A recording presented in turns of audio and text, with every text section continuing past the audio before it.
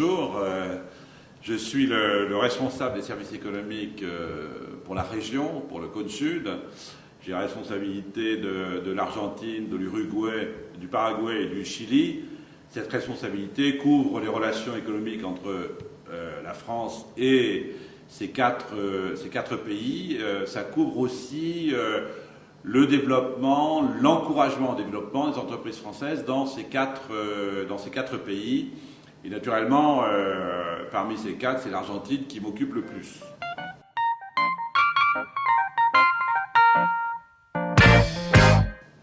Alors, les missions sont globalement, elles sont doubles. D'une part, de développer avec les autorités du pays, là en l'occurrence l'Argentine et les trois autres, des relations économiques, financières, de développer la politique commerciale, également de développer l'information économique et financière sur le fonctionnement du pays.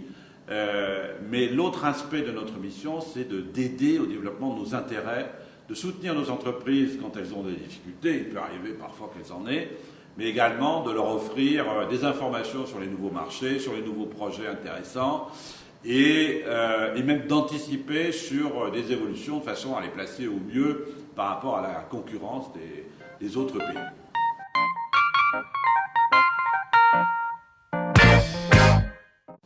Il y a toute une série de secteurs porteurs. J'aurais tendance à dire que l'Argentine, c'est un marché mûr, une économie extrêmement diversifiée. Et donc, au fond, il y a à faire dans beaucoup de branches, beaucoup de secteurs, que ce soit l'industrie ou le secteur primaire ou les services. Cela dit, j'ai deux secteurs particulièrement ciblés. D'une part, le secteur automobile. Traditionnellement, l'Argentine a une industrie automobile performante. Elle travaille d'ailleurs très étroitement avec le Brésil. Elle profite du grand marché brésilien qui est aussi en très forte croissance. Mais elle a aussi cette culture automobile qui fait d'ailleurs qu'on organise le Dakar en Argentine et au Chili, et qui fait que le marché automobile argentin est particulièrement dynamique.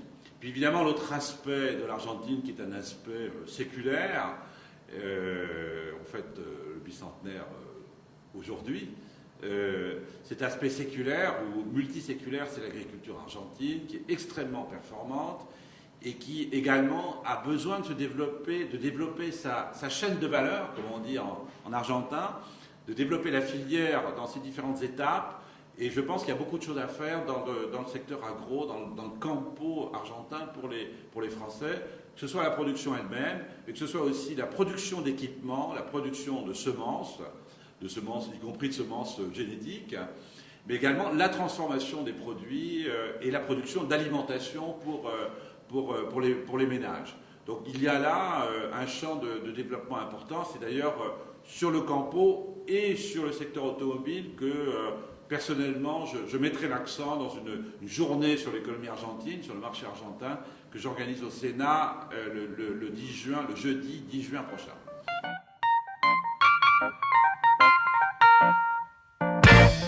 Alors, les produits qui sont en forte croissance ici, c'est à la fois la diversification par rapport à la viande, le porc, le poulet, sur lesquels les Français peuvent éventuellement prendre des positions. Je crois que ce qui se développe aussi, c'est la transformation elle-même et c'est l'élaboration de produits nouveaux.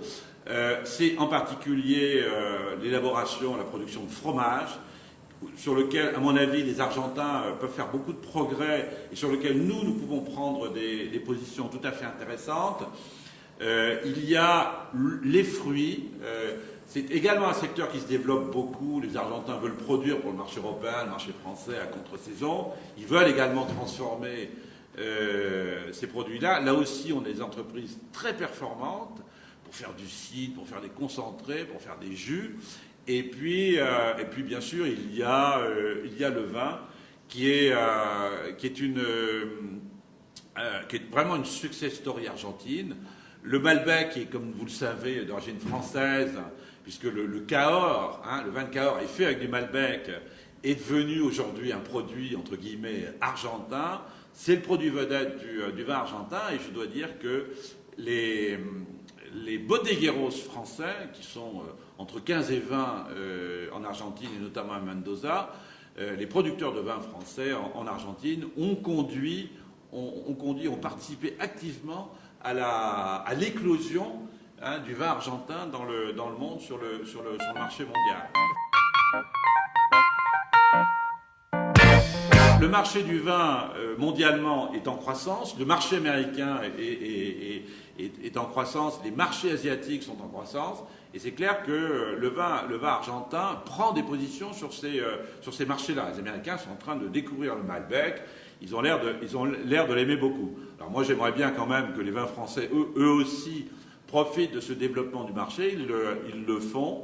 En tout cas, ce que je constate, c'est que les vins argentins se font avec des plants français, se font avec des équipements français, avec des barriques françaises, avec des bouchons français, avec des cuves françaises, et tout ça est évidemment bénéfique pour nos exportateurs.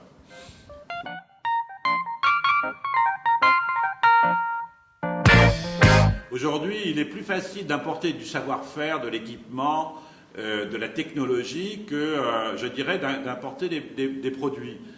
Je pense qu'il faut faire les deux. Je pense que les Argentins, dont le goût est quand même assez sophistiqué, méritent d'avoir les meilleurs produits. Chacun sait quand même que les meilleurs produits sont les produits français.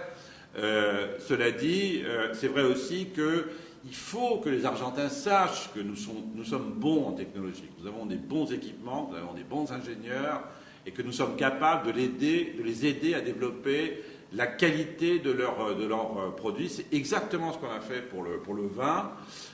Au risque d'ailleurs de concurrencer nos propres produits, notre propre vin, mais ça c'est la loi de la vie, c'est la loi du marché. Essayons de le faire aussi sur les produits laitiers. Danone l'a fait avec un succès incroyable sur le yaourt et sur les produits laitiers. On peut également le faire, je pense, sur les fromages.